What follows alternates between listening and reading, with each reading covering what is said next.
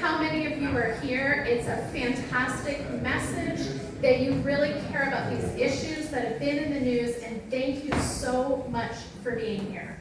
I want to go ahead and thank those who helped sponsor this forum and make it possible. TAF, the Asian American Foundation based in Minnesota, and KLCC.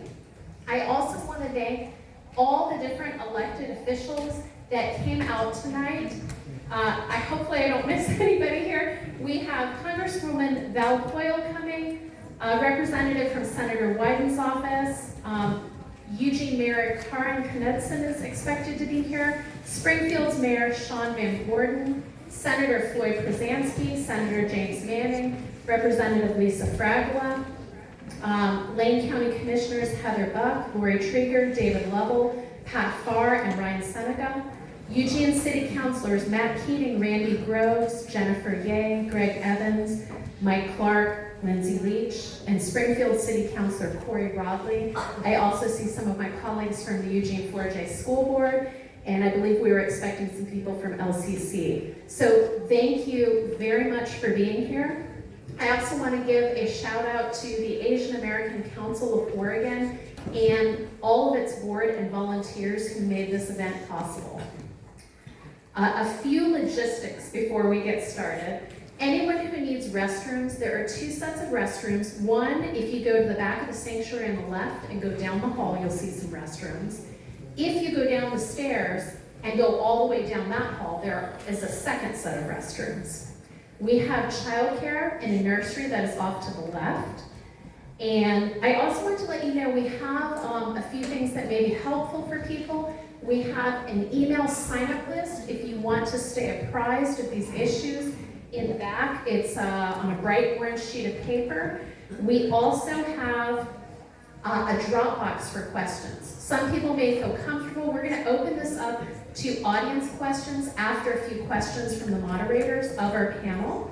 But if you want to ask questions after that, you'll either be able to raise your hand, or you can also, if you look in the back, we've got Helen Liu, one of our board members, and she has got little sheets of paper. You can write a question down, and one of us can ask it. You can also put it in the jar, or you can use your phone and email a question to info@asiancouncil.org. So many ways that you can ask a question if you have a question of this panel. We have interpreters. We have an interpreter in the back. Can you raise your hand, Simon? So if you need an interpreter, we've got Simon back here. We also have Eloise in the audience, and so just let us know and we'll make sure that your question still gets asked.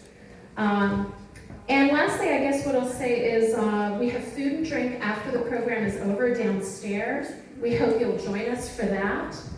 And I do want to say that the forum is open to the public. We are so grateful to have all of you here.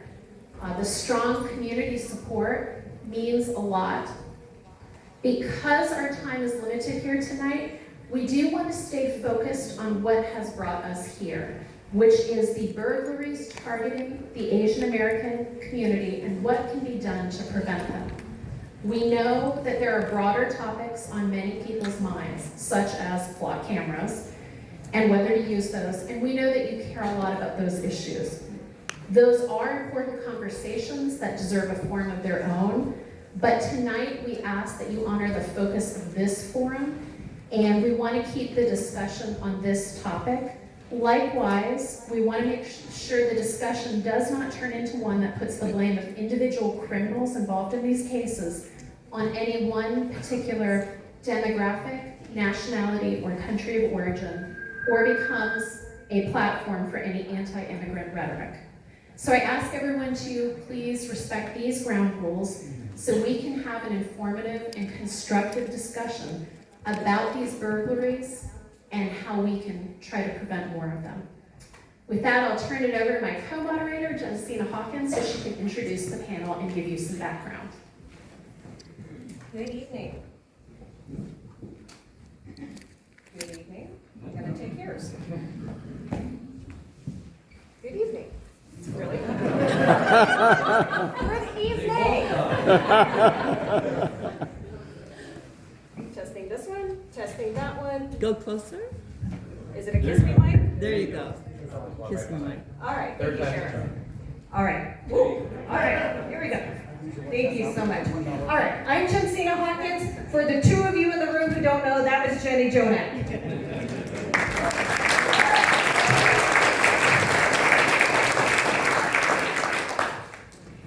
We are here because of the last 2 years of the international crime rate that has been targeting Asian households. So far that we know of in the city of Eugene, there's been 22 homes of Asians broken into, burglarized, vandalized, people who are having a hard time sleeping in their beds because those beds have been disturbed by people breaking into their homes. The reason why we asked all of the elected folks to come tonight is because there's a lot of things going on that make it really difficult for the law enforcement to find these people, to keep these people, to charge these people, to do all the things that they need to do to stop these people. So a lot of what we need is support to make sure that once EPD, LCSO, SPD do their jobs, that there actually is some good things that happen afterwards. Tonight on our panel, we have a surprise for you. We have Sheriff Wilkerson. We weren't planning on having him, but I'm not sure if he offered or I shamelessly grumbled. It could have been either way.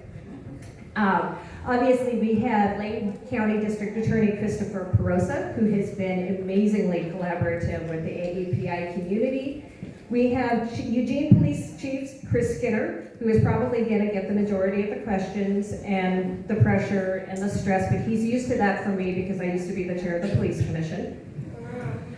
And we have Springfield Police Chief Jami Resch, who actually is the brand new chief of Springfield. She came from Portland. My cousin is on the Portland Police Bureau. He says she is the best damn chief he's ever had.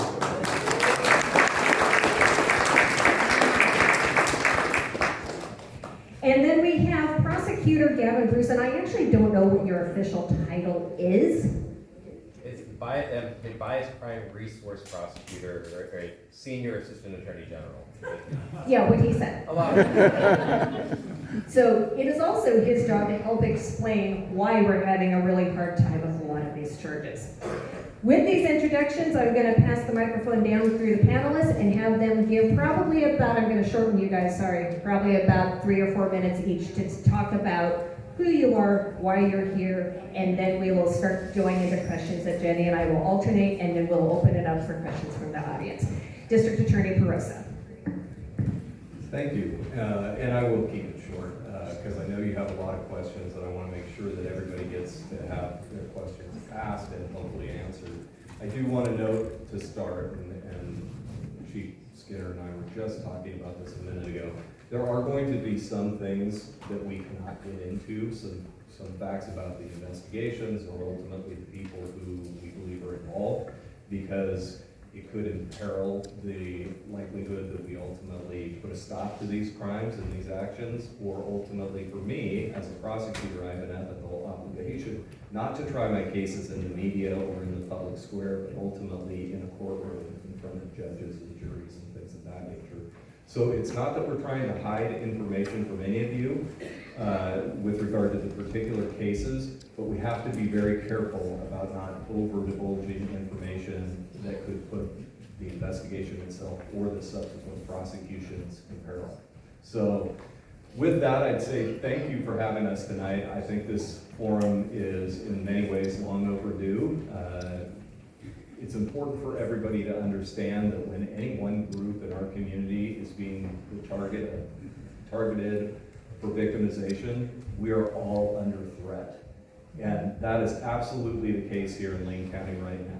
We have, since July of 2024, to my knowledge, had a group of individuals that have been specifically targeting our local Asian population for burglaries primarily, and that is creating a great deal of concern for many of our cherished citizens of Lane County. We are, as a law enforcement apparatus, all of our agencies together, working very hard with one another to ultimately address these issues.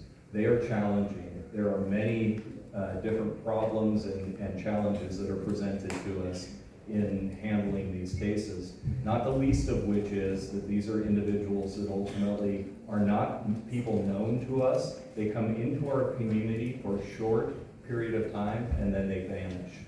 And so we don't have familiarity with these folks. We don't have familiarity with their vehicles, or even we're just catching up to their tactics and the ways that they are ultimately committing these crimes. So all that to say, we are working as a group very collaboratively to try and share information, to try and strategize how we can attack these cases as best we can. But please ask your questions. We want to be as open with you as we can be. I'm going to take this for a moment from you. That was short, by the way. We do still have people coming in trying to find seats, so if folks are able to scoot a little bit, get cozier than you might be comfortable with to make room for more people coming in, that would be fantastic. Thank you so much. Chief Skinner. Good evening, everybody. For those that don't know, I'm Chris Skinner. I'm your Chief of Police here in Eugene, if you reside here in Eugene. I am entering my 35th year of law enforcement service in both Washington State and Oregon, and I have been here for 7.5 years. And we've been working really hard on kind of the public safety footprint here in Eugene, and continue to work really hard on trying to create a sense of safety for people. And one thing that I would say is that it's a delicate conversation between safety and the perception of safety, two completely different conversations. And I know that that's both is going on with this particular group within our community. Not only are they being targeted, but they also feel really unsafe, even if they've never experienced being a victim of crime. I am going to, as best I can, frame a lot of my discussion around the victims of the crime, or at least making sure that the victims' voices are heard as we go through this. We try to take a victim-centered approach as we investigate these crimes. Sometimes we do a really good job of that, and as imperfect human beings, sometimes we don't do a very good job of that. But what we're committed to doing is coming back around and hearing the experiences that we have from our victims of crime, and trying to learn from that and grow and change from that, so we can make sure that we tailor our services around the victims. At the end of the day, the next couple of us that are going to talk, our job is to fight crime. That is the core of our mission, is to make sure that we try to eradicate crime once we identify how we can do that. And so you will hear from me around the types of crime fighting that I think needs to happen in the city of Eugene, to not just protect this particular group that's being targeted, but all citizens. Good evening, my name is Carl Wilkerson. I have the honor and privilege of serving as your sheriff. I will keep this kind of short. I will just say that both Chief Skinner and Chief Resch do not have adequate resources. I do not have adequate resources, but we have always been very collaborative, and we have always done a really good job working together. I'm here to support them, as most of the cases involve their cities, and though we have had one that we're aware of, where an individual family was targeted within the county. And I just want to say that we will do everything we can to support them and to share information with them and work with them to try to solve our case and help them solve theirs. So thank you for being here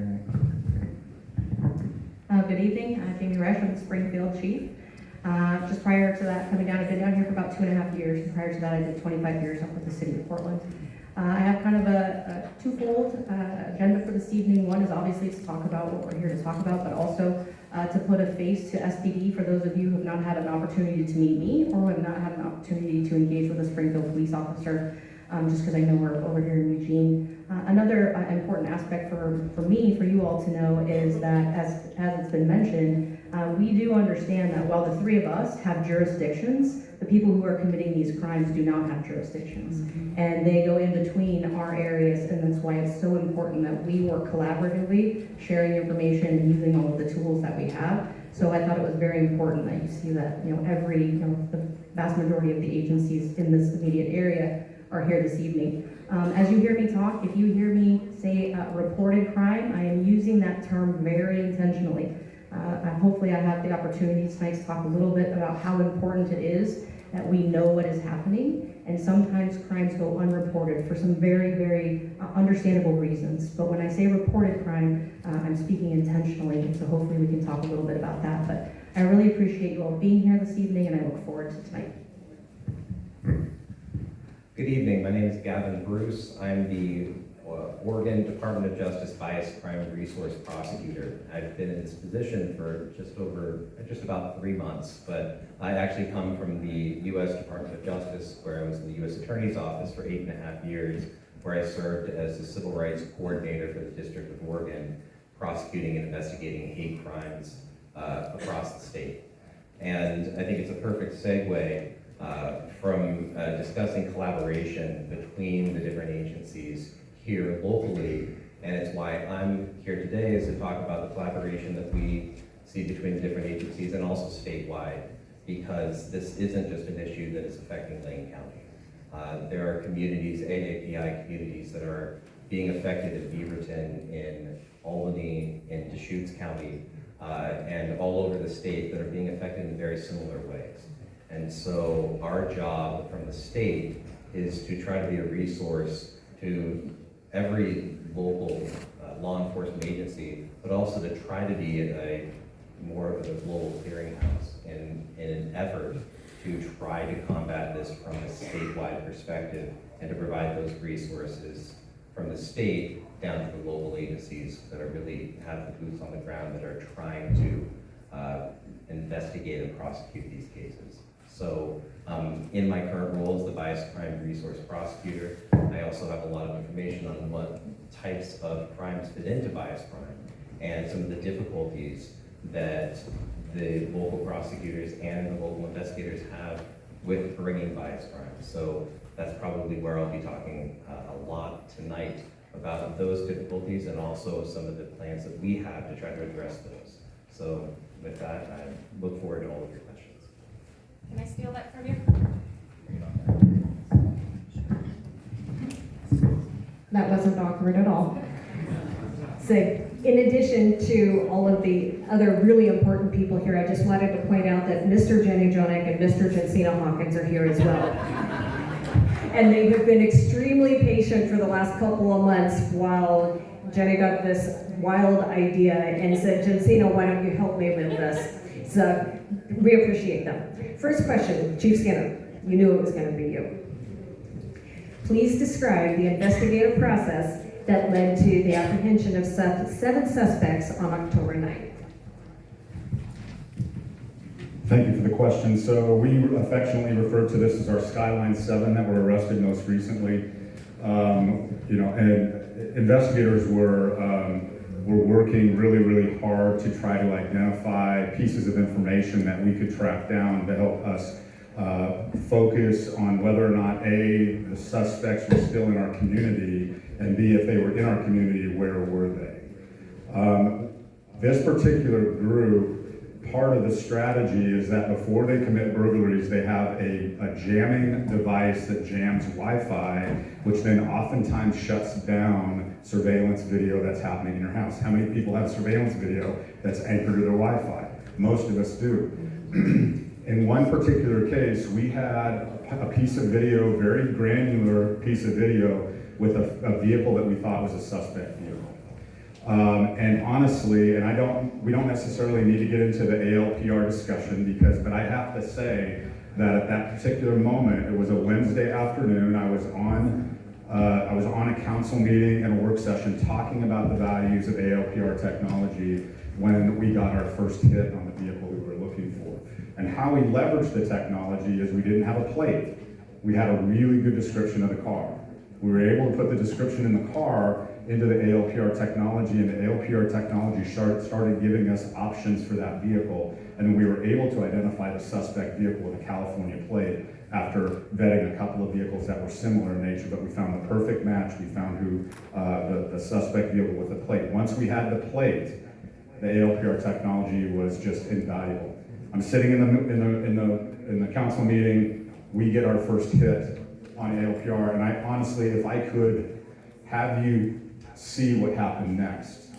An entire detective division who was watching the council presentation, to include our special investigation unit, goes running out of the office hitting their cars. We had almost immediately 15 to 20 police officers scouring the areas looking for the car. Long story short, we were able to vector in on an area that we thought the vehicle was at. All of our patrol staff was looking, driving up and down streets looking for this vehicle, found the vehicle at a residence, recognized that the residence was an Airbnb. We quickly pulled back and started our surveillance, did our surveillance. I'm not gonna talk about a specific tactic we used, but we started our surveillance and we were able to follow that vehicle up through the communities of Corvallis, Albany, Salem, sat down the street while they committed a burglary in Salem, alerted Salem PD to that, so that's solved for them. Followed them back to Eugene, and what we were trying to find out is with the stolen equipment, were they dropping it somewhere else other than the house they were staying at? So a stash house or a safe house. We were able to write search warrants as a result of all of that information and ultimately serve those search warrants, and we'll be able to make those 7 arrests. But it was from noon on Wednesday of that day, for the next 36 hours, the EPD detectives worked every single hour for those 36 hours till we served that search warrant on those individuals and were able to arrest those 7 individuals. And what was so disheartening is as we now know, it's just one wave of many, and unfortunately maybe future waves that we have to try and pay attention to. But in that particular case, the turning point for us was identifying the vehicle and identifying the location for the vehicle. Hang on to that.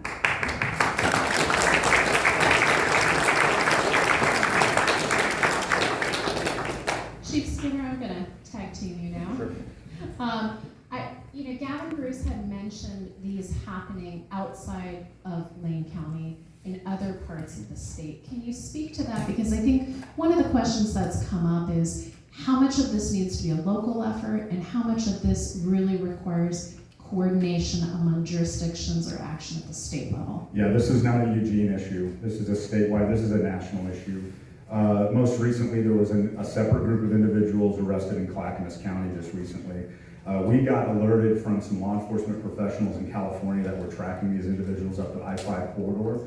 They bypassed Eugene and went up to Portland and did their work up there. And so it's happening up and down, and this is one of the challenges of being on the I-5 corridor.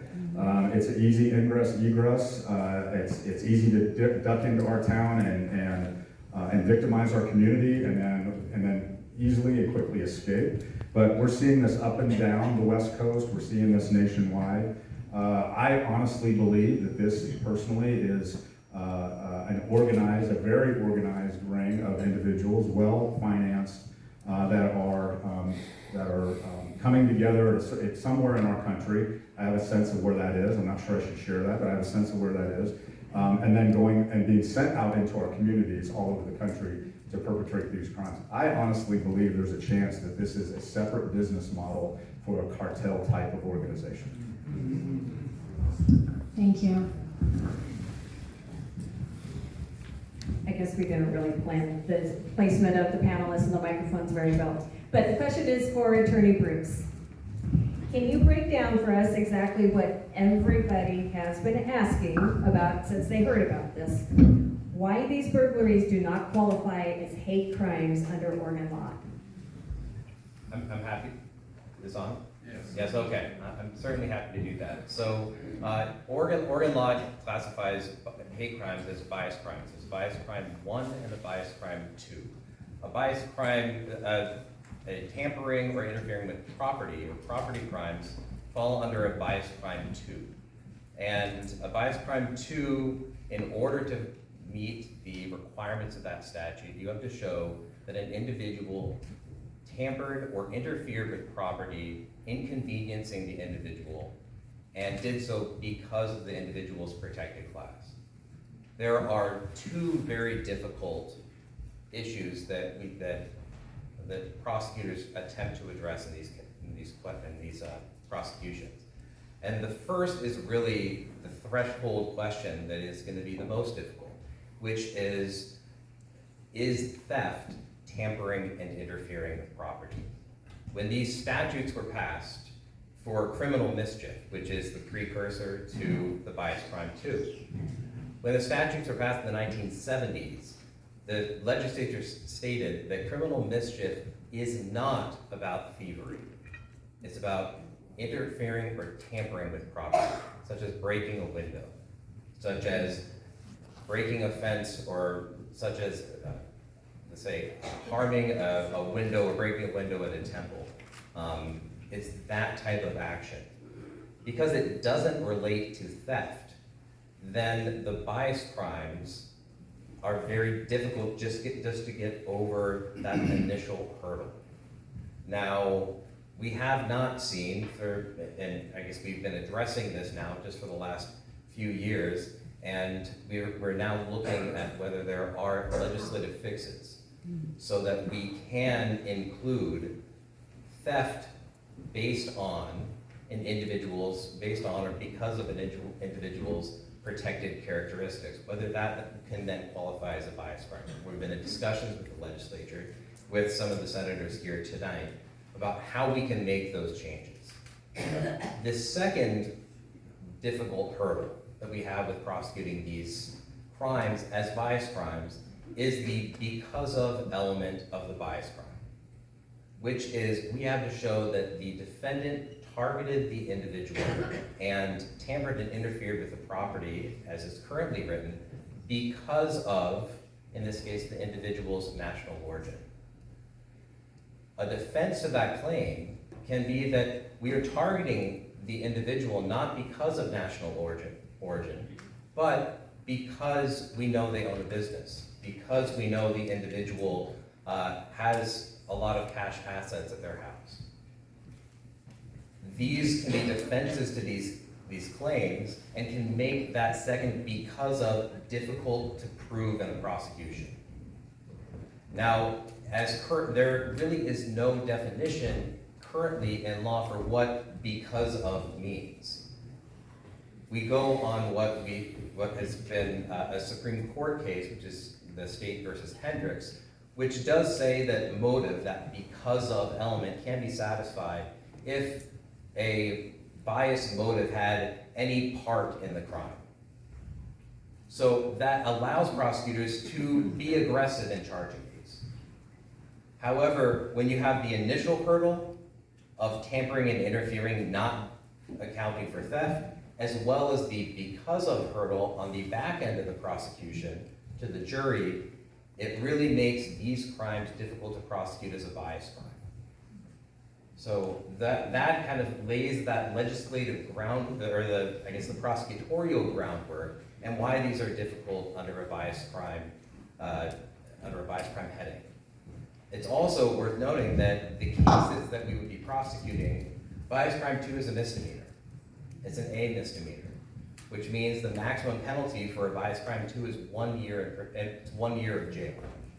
Whereas some of the, and this is, I'll kind of ask for DA Parosa to chime in on some of the burglary 1s, some of the other felonies that are charged have much more significant sentencing power to hold the individuals accountable for the actions that they're taking to victimize this community. So prosecutors are going to be leery to include a bias crime in a prosecution with a burglary in the event of saying, well, we want to focus on what is the most readily provable offense that is going to have the most significant effect judicially. And so maybe I'll pass that over on how the state has been looking at these for burglaries. I know that Washington County's charged of racketeering, for example, as well, but that DA Parosa kind of echo or chime in here. Yes, although that is the state expert who might have questioned his position on that. No, he's absolutely right. I mean, the reality for us as a prosecutor, I've done prosecution for well over 20 years now, is that, this is a case in which we ultimately have, in the case of the Eugene cases, burglary in the first degree, which is a Class A felony that is it's the gravamen of the crime, it is the easily provable charge, and then we have this potential misdemeanor where we have all kinds of evidentiary issues. From our perspective, I don't like to include charges I know I'm gonna have difficulty with on my charging indictments as a prosecutor, because I do not want to get into a position where I've trained my jury to question me and my judgment on certain things. So if I have a great charge, like burglary in the first degree, and it is the more serious charge, and the charge that ultimately is gonna carry with it, you know, the penalty that I'm hoping to see imposed in the case, I'm not gonna weigh it down with a charge that I think I'm gonna have struggle with either proving or ultimately having the jury question my judgment in bringing the charge because it doesn't actually fit very well. So that has been one of the problems that we've seen with this. I will note, however, that with burglary in the first degree, a Class A felony, while that is an extremely serious charge, we are dealing in these cases often with people who fall within the whole felony sentencing guidelines in the state of Oregon falls on this chart right here.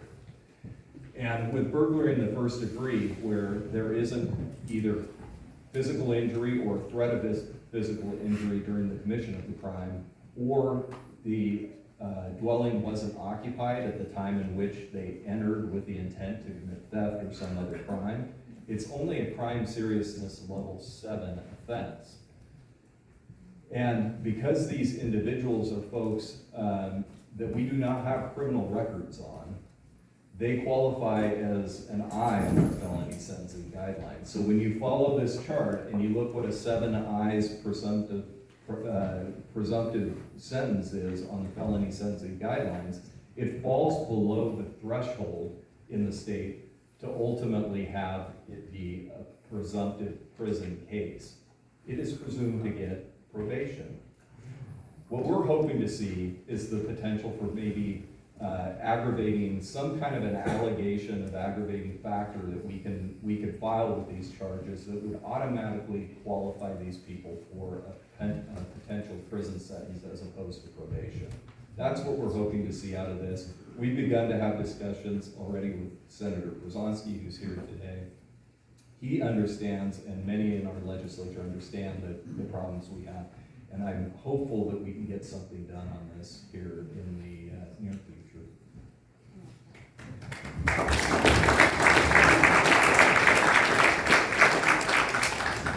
DA Parosa, that brings me to my next question, which I know has been on many people's minds. There's been some frustration that, you know, it's so hard to investigate and arrest perpetrators. You get them, but there's difficulty holding them.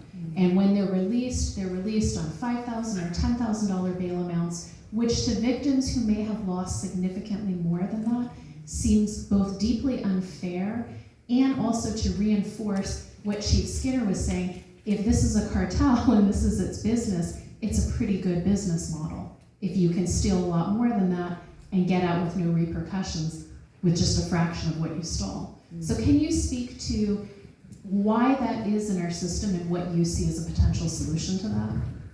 I share the frustration, and prosecutors around the state do frequently. We talk about this a lot. First, it's important to understand that I don't have any control over a person's release from custody. I don't have, the only time where I ultimately have the ability to affect whether or not the court's going to release someone or not is if I can prove to the court in an independent hearing that that person is an immediate threat to the community or to the victim themselves. We don't have any evidence in these cases to be able to challenge the release decisions that are being made by our pretrial services in court in doing that. I should also note that the sheriff who runs our county jail has no control over who gets released by pretrial services. So he is not to blame for this problem that we have either. What we have is, and maybe I should take a step back, that when the criminal justice reform movement came into being, there was a move to ultimately change some things about the way we hold people pre-trial in the state. It was a well-intentioned movement that ultimately didn't probably foresee the collateral consequences of the decisions they ultimately made.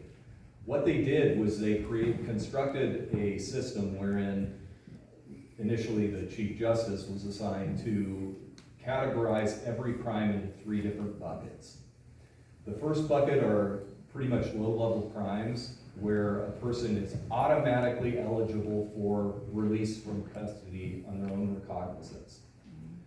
The second series of crimes, a little bit more serious crimes, are those that ultimately are eligible basically for immediate release on either a conditional release, meaning that there are some terms that would be put in place for community protection and or protection of the victim, or they can have bail set before arraignment even. And so they're subject to a release once again before arraignment. And then there's a third set, which are those that are serious enough that we will hold those folks, but only until the arraignment point. And then from there, they are entitled to have bail set without consideration to a large degree as to willingness to pay and everything. So it was an effort to make the whole system more equitable, specifically so that poor people weren't disadvantaged over wealthier people in making bail. Well-intentioned, right? The problem is that everyone in the state of Oregon is entitled to bail now. And in these cases, when you compare these very motivated, targeted types of cases against your garden variety burglary case, $100,000 in your garden variety run-of-the-mill burglary case would be a sufficient amount of bail for most cases, because most of those involve people who do not have the money to post $10,000 of cash to the court to be released. Because this is a well-funded, highly organized crime syndicate that we're dealing with, these people can get their hands on if you set the bail, as was recently happened with the 7 folks, what do you call them, the Skyline 7. They all had bail set at $100,000.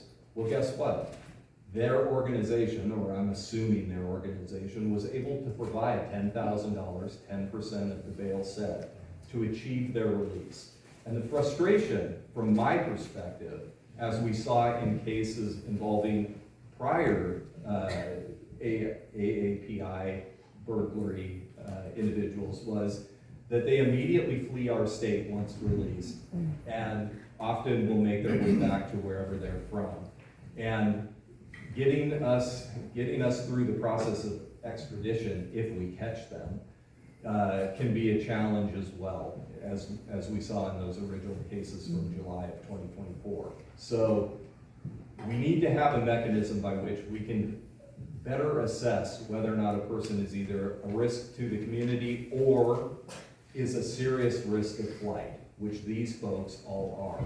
And in those cases, we have to have an ability, a stronger mechanism to potentially hold those people so that we can hold them accountable for the crimes they're committing to our community members here in Lane County. And Just to be clear really quickly, when you say 100,000 bail, it's 10,000 they have to put up. Is there any security or collateral for the other 90,000? No. It's 10%.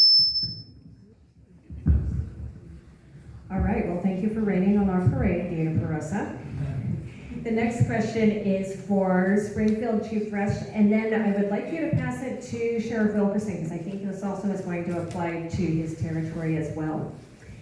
Can you explain to us why Springfield and rural Lane County is either not experiencing or reporting as much of these crimes happening? Well, I don't know that I can explain the why, but I will give some thoughts and ideas as to possibilities. And I mentioned that earlier when I talked about reported crime. And there are a lot of reasons why people may not report crime. And they're very valid reasons, a lot of unknowns. What's gonna happen if I call the police? Who's gonna show up? What police officer I'm gonna get? What happens after I call the police? Not to mention some very valid concerns related to language barriers and cultural differences. And so that's why I think it is so important that we have these conversations, so that if we are experiencing these types of events in our city and they're not getting reported, that we have community members that we now have relationships with that can reach out to our community members and make them feel more comfortable in reporting to us. So I know, like in Springfield, we have access to language line for people who may need that assistance. We also have 2 detectives that are assigned to investigate these cases if we should get them. So that was for consistency, so that victims, if they need to, know that they're working with the same detective for each case. We also have a limited ability if there are individuals who really just don't feel comfortable initially talking to someone in uniform. We have the ability to respond not in uniform. I don't want to just blanketly say we can do that, because we still do have to wear a uniform and respond to calls, but there are certain situations where that can be very beneficial. Another option that I would like to put out this evening is that before coming here, like I said, I was in Portland, and I had the wonderful opportunity to serve on their AAPI council there. And before I came tonight, I reached out to them, and they said if there's anybody in any of our communities down here who would feel more comfortable talking to them first before they reached out to our law enforcement, just to hear their experience about working with police, that they are more than welcome. And if there's anybody here tonight who would like that opportunity or knows somebody, please contact me after. I'd be happy to make that connection. But again, I think there's just a lot of unknowns. And if we can work to reduce or eliminate some of those unknowns, then if there are things that are happening in Springfield or Lane County that aren't being reported, hopefully we can hear that. Because one of the things that I want to really stress tonight is the importance of knowing all of the information. Chief Skinner talked about how important and how detailed and how long these investigations can take. And I explain it like this. It's like writing a book. The police departments have to write a book. DA Parosa's, DAs, they have to tell that story. And if we don't have every page of the book, it's very difficult to tell that story in court that ends in a successful prosecution. So that's why I really stress knowing everything that's going on in our communities and finding ways that we can do that. Thank you. And before I kind of answer that question, I actually want to give a pat on the back to Chief Skinner and his crew. I don't know if everybody recognizes the amount of police work that was done and the incredible police work that was done. And I, as a sheriff, am extremely proud of the work they did. So, thank you.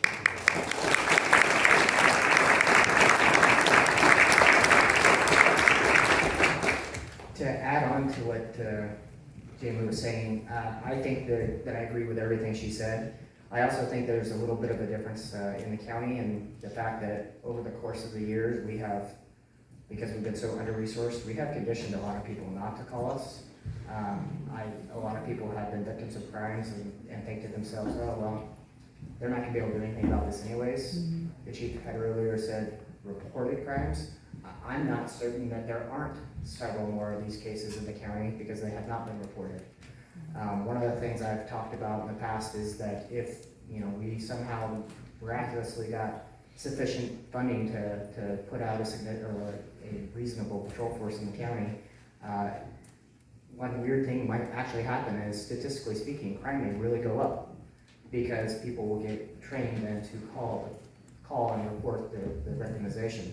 And it would take some time for that spike to level out so that you can actually have real statistical data on where we're at. But in the county, unfortunately, the people have just been trained to deal with the loss and deal with the fear, and I hope that we can help, as James said, build the trust to get a hold of us, and I know that her contacts would probably be willing to help us do all the same things. So, thank you.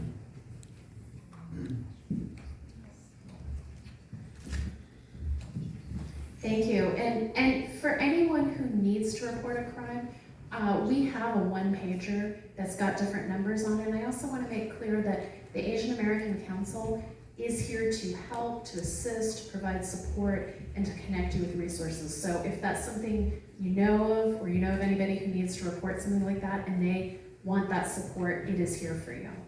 Our next question, and I'll ask Jensina after that if she wants to go to the audience, because I know we're running a little late on time. Attorney Bruce, one thing that's been really frustrating about these is the fact that they are targeting the Asian American community, and I see a lot of pushback on that on social media, where people are in disbelief that in fact there's one particular demographic of the community being targeted, and they want to know why. people are more likely to believe that it's just someone that seemed to be wealthy as opposed to the Asian American community. And that's been really tough, I think, for victims who feel like part of the experience is being denied. Can you speak to what kind of stereotypes are playing into the targeting specifically of Asian Americans? And is there something we can do to push back on that? That's a fantastic question. And I think all of us here will say, from the top of the mountain, from the top of the mountaintops, that these burglaries are targeting the AAPI community. They are. I mean, it's not just that the lived experiences of the victims that we see who have been targeted. It's the data. The data is showing that these are the communities that are being targeted.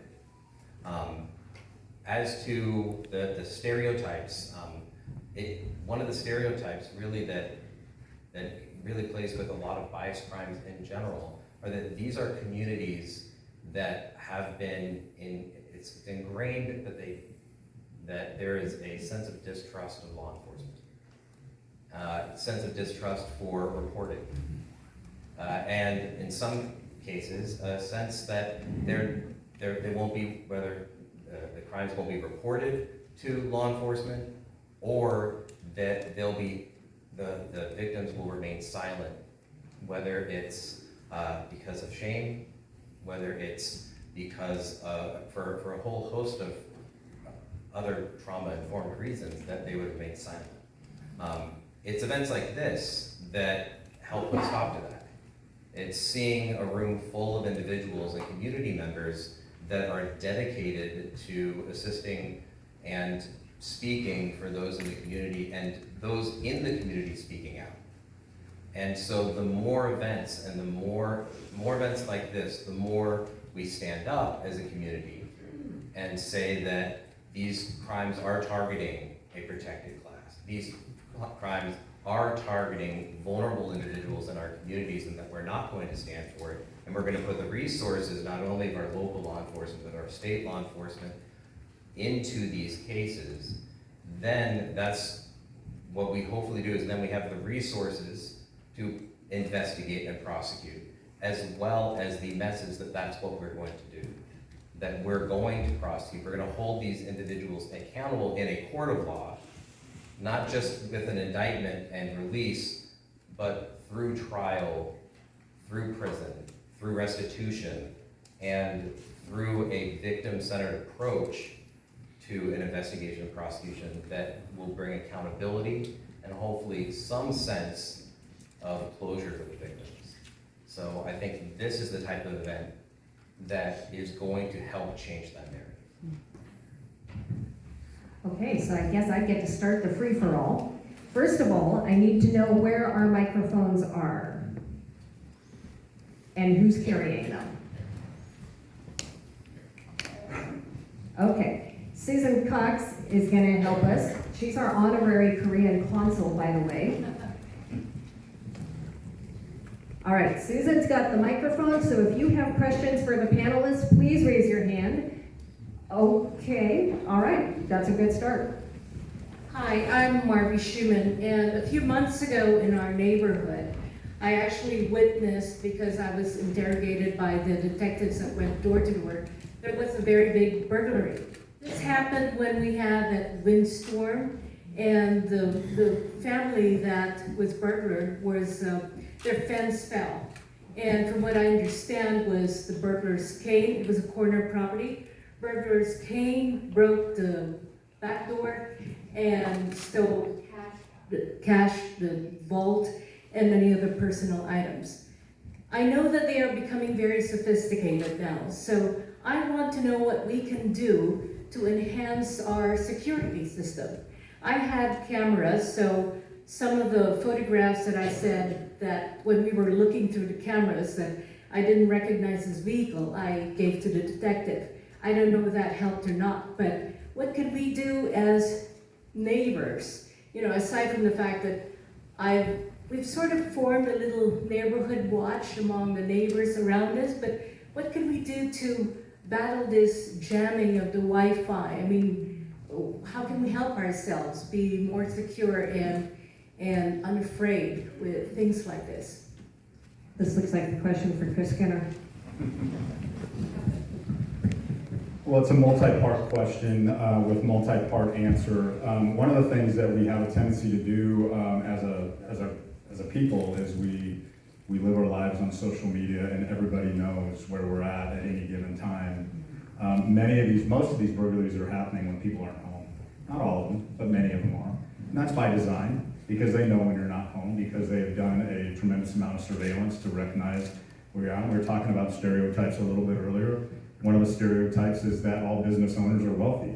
If you're a business owner in this community, in this audience, you know that the business owns you more than you own the business. And so there's a sense that somehow being a business owner means that you're a target, a wealthy target to take advantage of. And they do a tremendous amount of research. They identify who business owners are. They identify where they live at home. They do a certain amount of surveillance to see your comings and goings, understand when you're there, when you're not there. We have a tendency, and I know that my family is susceptible to this, that we have, our social media sometimes announces whether we're home or not, whether intentional or not. And so they try to take advantage of that. The jamming situation this is one of the things when you're so dependent on your Wi-Fi signal, which, I've got teenagers at home, you'd think it's the end of the world if the Wi-Fi went out. But that's one of the challenges. Before we had Wi-Fi and had all of this connectedness, there was, these things were hardwired into our houses. I mean, the old school ADT red flashing light in the corner of the house, and now what we have in the Skinner household is either, an Arlo camera or a Ring camera, and all of it's predicated on whether our Wi-Fi is working. So that's a really, really tough. That's why they're doing that, is because they know they have high levels of success when jamming Wi-Fi, so that you can't get the surveillance. But we as a community, for instance, the case that we made on the Skyline 7, the video that we got there was not the victim's video. It was a neighboring video that we were able to get.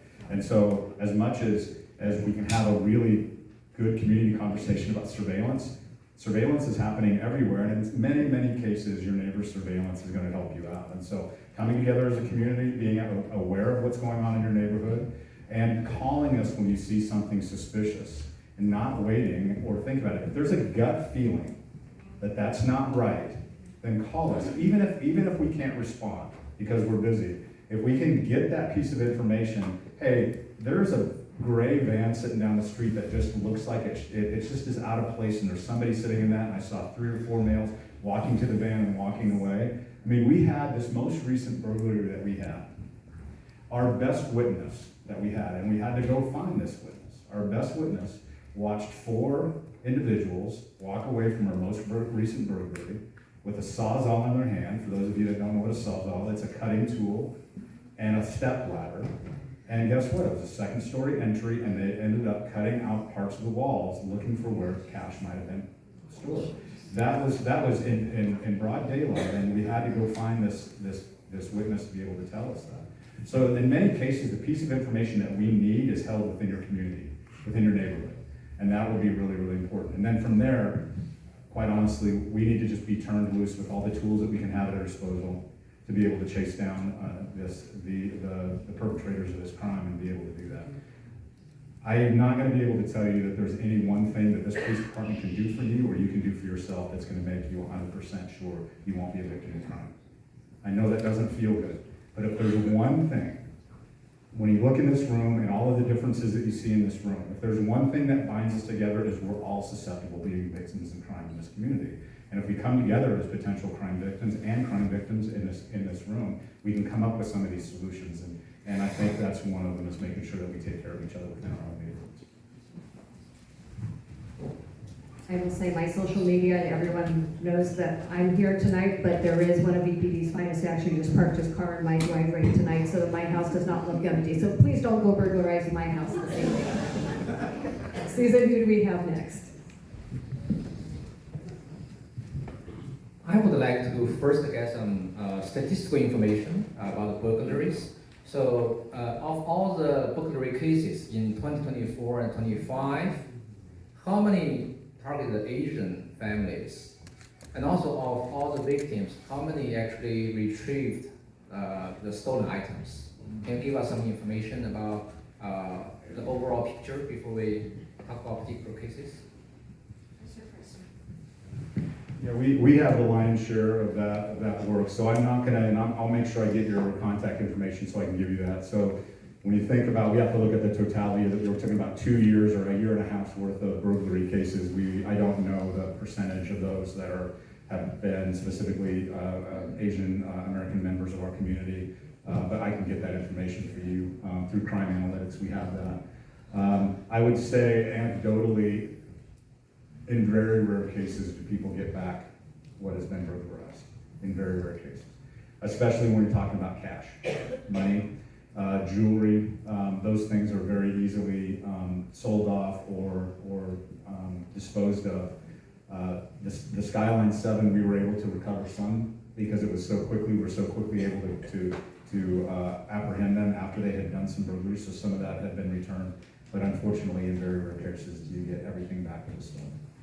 But I want to make sure I get your contact information because from a statistical analysis, we can do some really, really good and deep dive work for you to help better understand and answer that question. I do have follow-up questions. Let's do one. And I just follow up this. It's probably, frankly, a low number. We have a lot of burglaries in this community. That's a reality, but it doesn't make those crimes less impactful. The fact that these folks are targeting the AAPI community in the most insidious ways, from my perspective, doesn't mean that because maybe we have, in a year, 1,000 burglaries in Eugene, Springfield, Lane County, and only 20 were AAPI, doesn't mean that your cases aren't absolutely important to us. In fact, they're incredibly important to us because unlike many of those other crimes of opportunity, this is a group that is targeting members of our community specifically. They're coming from other locales to our community to target members of our community. And so they're very important to us. So regardless of what the numbers would actually look like, please hear us when, as Chief Resch was saying, we want you reporting these crimes.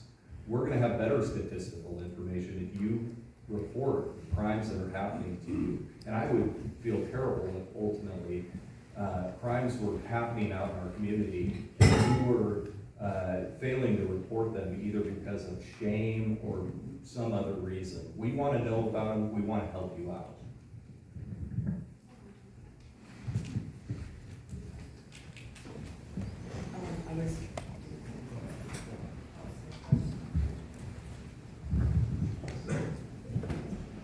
And Helen, let us know if we get any questions either online or in the written jar. So for cases where it burglary involves people who are still in the house versus those that there are no one at home, what would be the best course of action to protect family left at home? So if I understand the question, if it's a home invasion burglary and people are there, you're asking what's the best course of action for the people that are there in the house? I think it depends on. That's such an interesting question because what my family would do and what your family would do might be two completely different things. And I'll just leave it at that. I'm married to a former Marine police officer wife, and so God help him.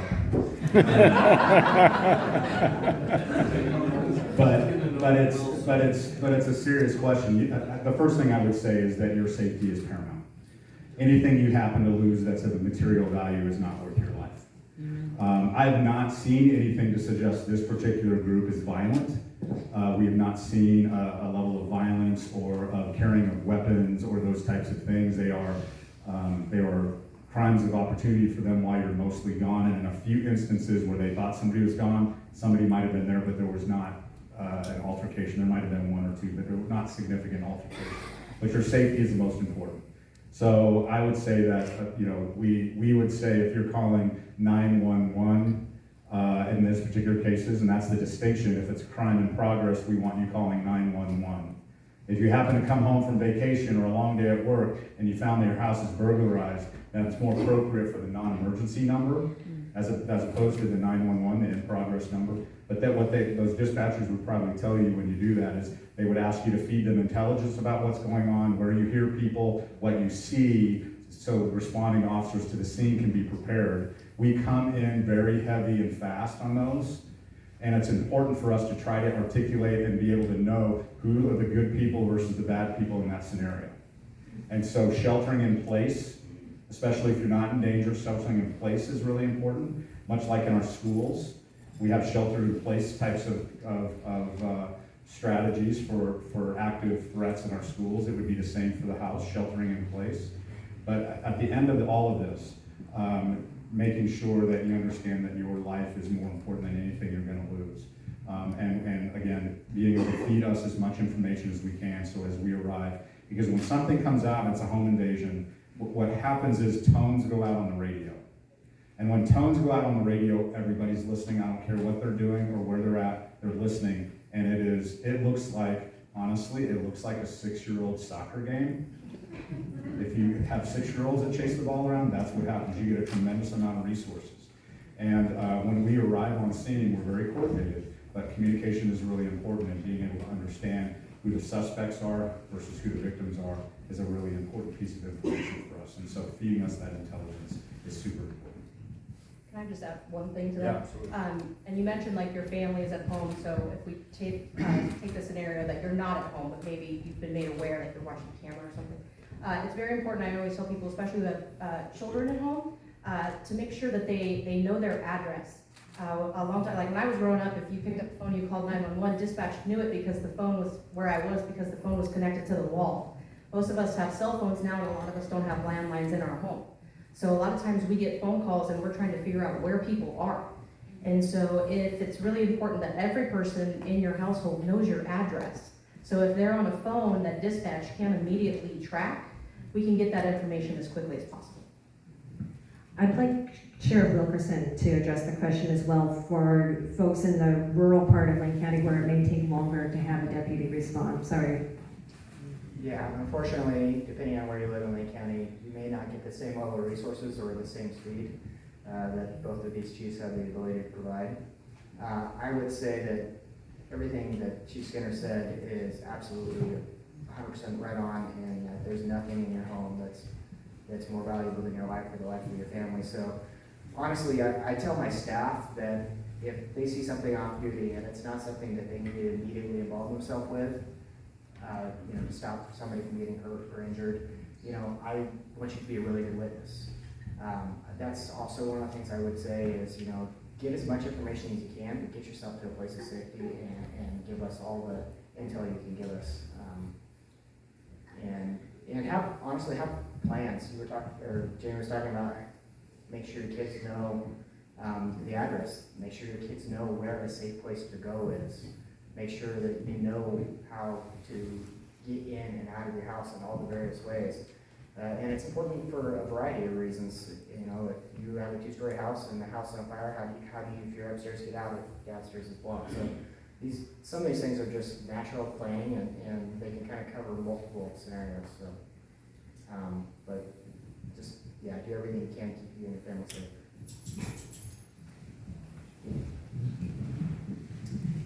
Oh, hi, my name is Brenda Proctor. I have 3 questions, but they're going to be short.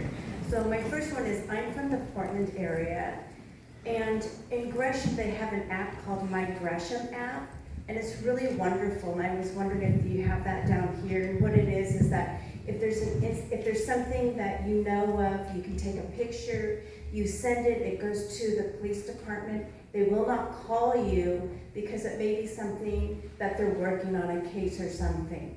But it was wonderful.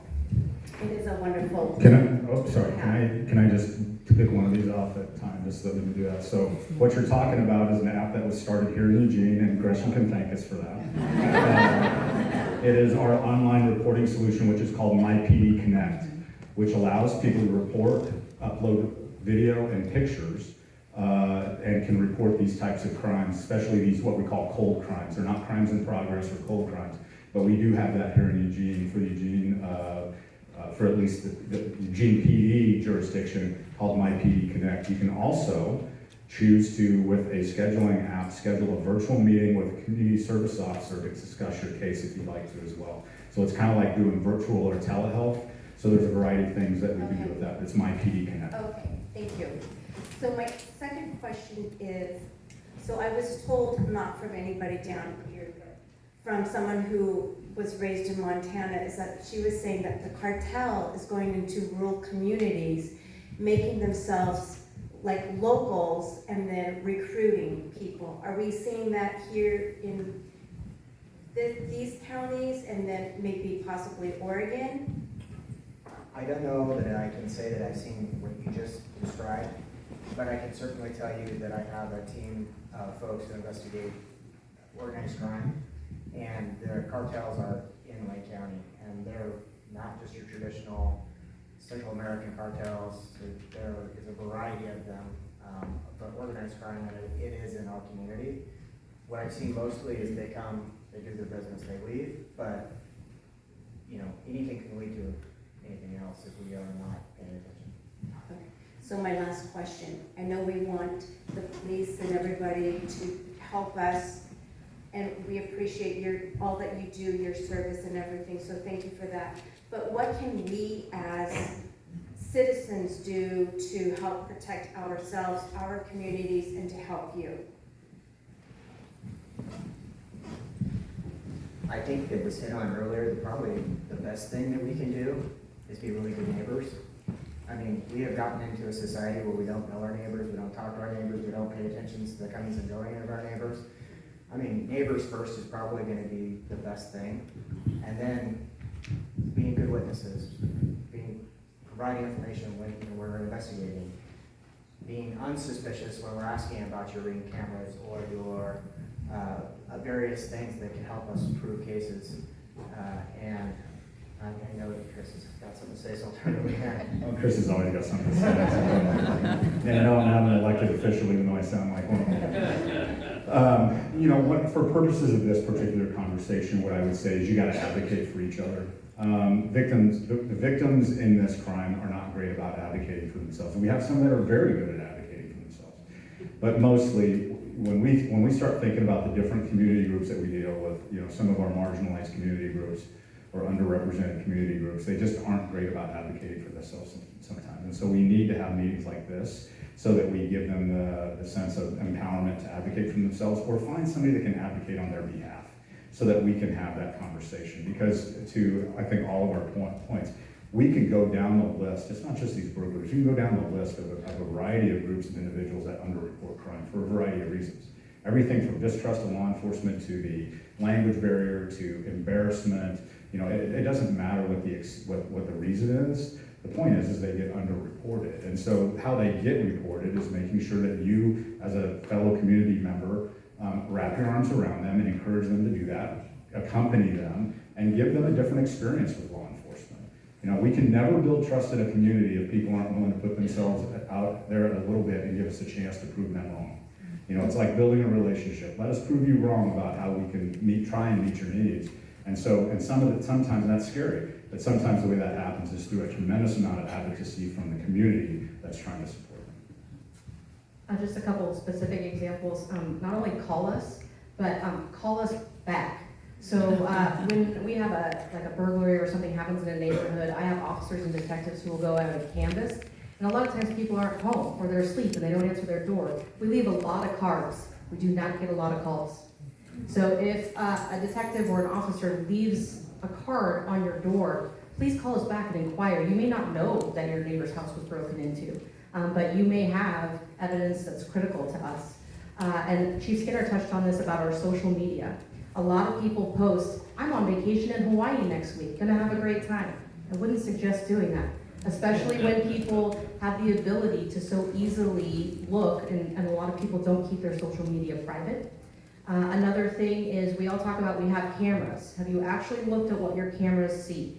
We get a lot of video of the top of people's heads because we put them up high so that people can't get them, and then I look at the top of everybody's head that walks around. So it's very important that when you place your cameras and you do certain things, you actually take the time to look at it. When you're looking out, you're at work, you're like, oh, I got a hit on my ring camera that somebody's at my front door.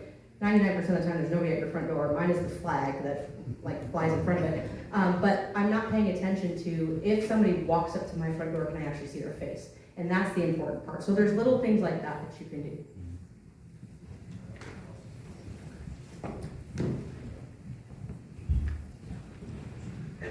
Can you share any information that you collected from the Skyline 7? No.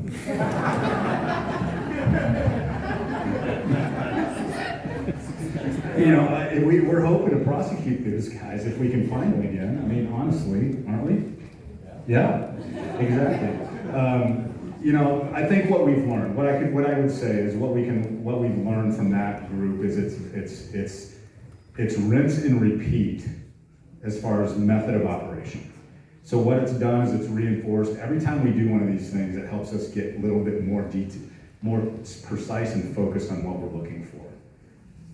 In this particular case, it was pizza delivery ruse to do the surveillance.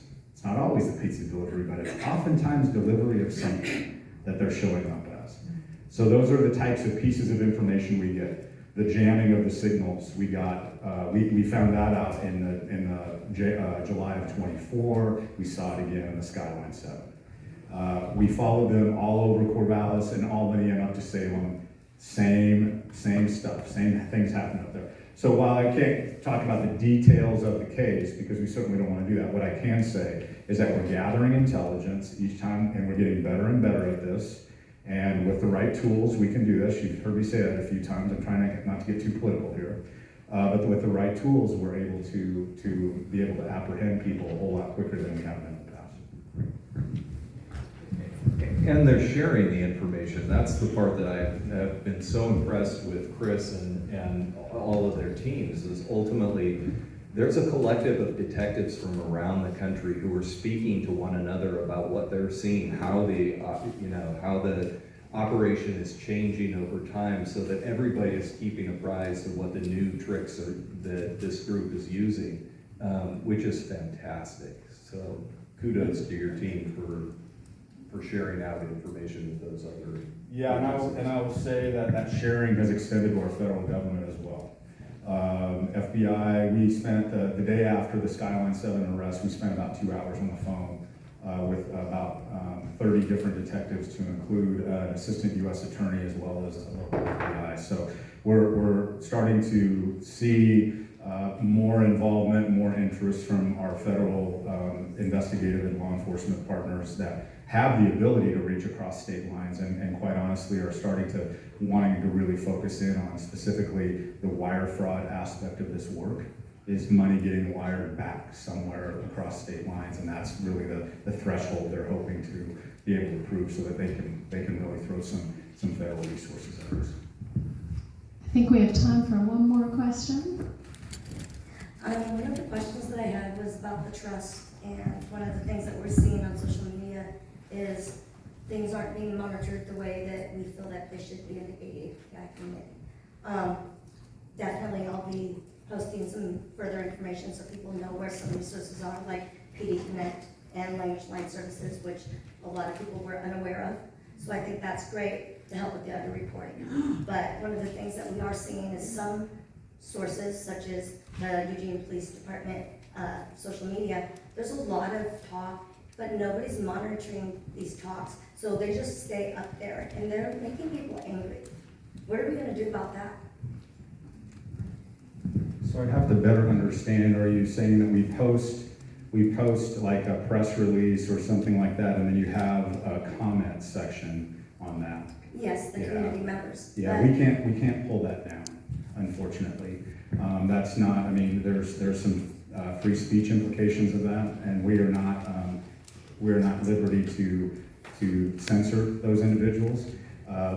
Our social media, like many law enforcement social media, has never been decided. We can certainly turn comments off, and we're happy to do that, but actually pulling certain comments and out, we either need to turn them all off or turn them all on. But most social media in law enforcement is not designed to have a back and forth discussion, because what happens is then people start to report crime on social media, and that's not the way we want people reporting crime. So in this case, some of the hurtful comments that we see, what we could do is we could be a little bit more sensitive to whether or not there's starting to be a volume of those, and then just turn comments off. But as far as picking out individual ones, that makes it really, really tough for us. Understand. So I just want to, we're almost at the 8 o'clock hour, want to say again from myself and Jensina, thank you so much to everybody for coming, for being here. This is not over. We have food and drink for you downstairs that we hope you'll enjoy. You can mingle if you have other questions. Everybody here is going to stay for a while, so you can ask more questions, you can talk to each other, get to know the other people here, and thank you again so much for being here.